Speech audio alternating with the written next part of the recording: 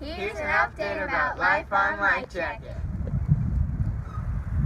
Once we left Normandy, we drove across the French countryside.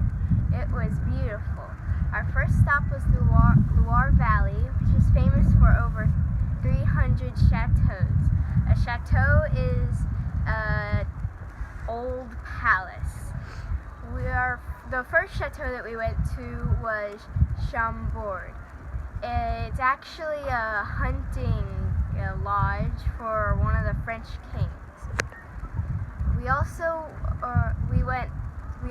went to Chenonceau, which was my favorite because it's still decorated and had flower arrangements everywhere and tapestries on the wall.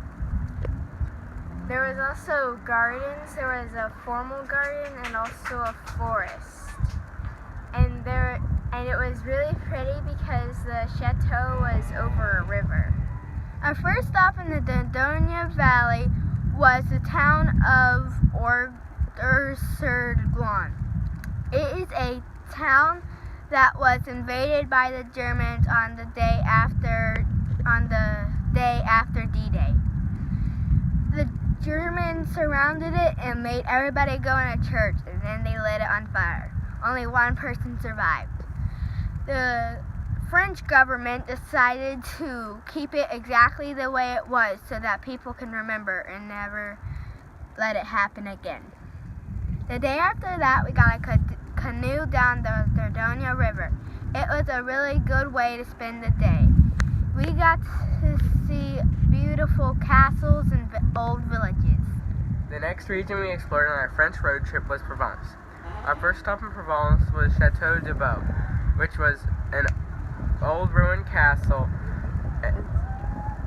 which had, I don't remember.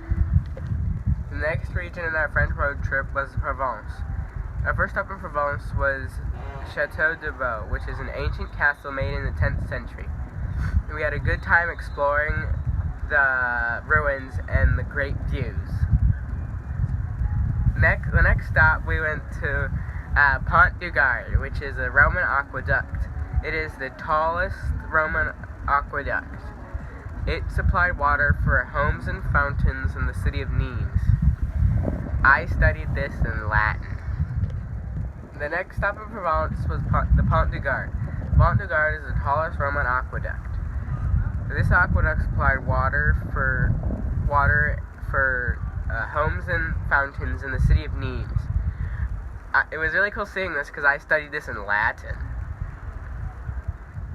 Another amazing stop in Provence was the Pont du Gard. Pont du Gard is the tallest Roman aqueduct. It supplied water for homes and fountains in the city of Nimes. It was cool seeing this aqueduct because I studied this in Latin, and that it was one of the most